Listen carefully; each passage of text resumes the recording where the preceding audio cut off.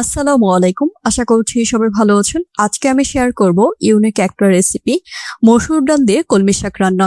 রেসিপিটা খুবই সহজ আর স্বাদে অসাধারণ। চলুন তাহলে শুরু করা যাক। প্রথমে এখানে আমি প্যানে মসুর ডাল নিয়ে নিচ্ছি আর মসুর ডালটাকে ভিজিয়ে রেখেছিলাম, এরপরে খুব ভালোভাবে ধুয়ে নিয়েছি। এবার এখানে আমি পানি অ্যাড করে দিচ্ছি। ডাল সিদ্ধ হতে যতটুকু পরিমাণ পানির প্রয়োজন হয় ঠিক ততটুকু পরিমাণ আমি এখানে পানি দিয়ে দিয়েছি। এবার ফুটিয়ে নিচ্ছি। ফুটে এলে উপর থেকে ডালের ফেনাগুলো তুলে নিচ্ছি। এবার এখানে আমি 3টা পরিমাণ তেজপাতা অ্যাড করেছি, লবণ দিয়ে দিচ্ছি, হলুদের গুঁড়া দিয়ে দিয়েছি। এবার একটু হালকা করে নেড়ে দিচ্ছি। এই পর্যায়ে ডালটা যেন পুরোপুরি সিদ্ধ হয়ে যায়, এর জন্য এখানে আমি ঢেকে দিব। আর ঢেকে দেওয়ার আগে এখানে আমি একটা পরিমাণ আলু অ্যাড করে দিয়েছি। এখানে আমি শাকের সঙ্গে এখানে আলু দিয়ে তারপরে শাক ডাল এটা রান্না করব। আশা করি রেসিপিটা অনেক বেশি সুস্বাদু হবে। এবার এখানে আলু আর ডাল সিদ্ধ হওয়ার জন্য আমি ঢেকে দিয়েছি আর চুলার জালটা কমিয়ে দিয়েছি। ইতিমধ্যে দেখতেই পাচ্ছেন ডালটা কতটা সুন্দর সিদ্ধ হয়ে গিয়েছে। এই পর্যায়ে আমি অ্যাড করে দিব কলমি শাক। এখানে আমি 1 আটি পরিমাণ কলমি শাক নিয়ে নিয়েছি আর কলমি শাকগুলো কেটে তারপরে ধুয়ে নিয়েছি। আর এখানে কতটুকু ছোট ছোট করে কেটে নিয়েছি কলমি শাক সেটা দেখতেই পাচ্ছেন। এবার আমি ডালের সঙ্গে কলমি শাক মিশিয়ে নিচ্ছি। কলমি শাকটা যেন সিদ্ধ হয়ে যায় এর জন্য আমি চুলার জালটা মিডিয়াম আঁচে রেখে কিছুক্ষণের জন্য ঢাকনা দিয়ে ঢেকে দেব।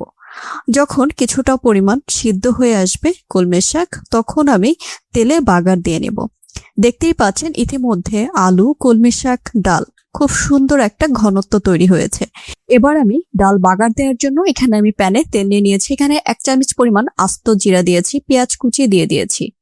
এবার একটু ভালোভাবে ভেজে নিচ্ছি। এখানে আমি কিছুটা পরিমাণ 5 ফোড়ন অ্যাড করে দিয়েছি। দিয়ে দিয়েছি এখানে 4-5টা পরিমাণ শুকনো মরিচ। এবার দিয়ে দিচ্ছি এখানে ধনিয়ার গুঁড়া, দিয়ে দিচ্ছি সামান্য পরিমাণ হলুদের গুঁড়া, সামান্য পরিমাণ শুকনো মরিচের গুঁড়া। এবার দিয়ে দিচ্ছি এখানে জিরার গুঁড়া। কিছুটা পরিমাণ লবণ দেওয়া যেতে পারে, যেহেতু আমি ডালের মধ্যে লবণ দিয়েছি তাই এখানে লবণ দেইনি। ইতিমধ্যে পেঁয়াজ, মরিচ এগুলো কিন্তু ভাজা হয়ে গিয়েছে। এই পর্যায়ে আমি ডাল অ্যাড করে দিব। আর কিভাবে করে আমি ভেজে নিয়েছি সেটা দেখতেই পাচ্ছেন, একদম ব্রাউন কালার করে ভেজে নিয়েছি পেঁয়াজ। এতে করে ডালের স্বাদটা দ্বিগুণ বেড়ে যাবে আর ঘ্রাণটাও কিন্তু অনেক ভালো আসবে। এবার এখানে আমি ডাল অ্যাড করে দিলাম। ডাল অ্যাড করে দেওয়ার পরে কিছুক্ষণ নাড়াচাড়া করে খুব ভালোভাবে মিশিয়ে নিচ্ছি ফোড়নের সঙ্গে। এবার চুলার জালটা কমিয়ে দিয়ে কিছুক্ষণ ঢেকে দিয়ে রান্না করে নেব। দেখতেই পাচ্ছেন কত সুন্দর হয়েছে ডালের কালারটা। প্রিয় দর্শক, এই ছিল আমার আজকের ডাল এবং কলমি শাকের রেসিপি।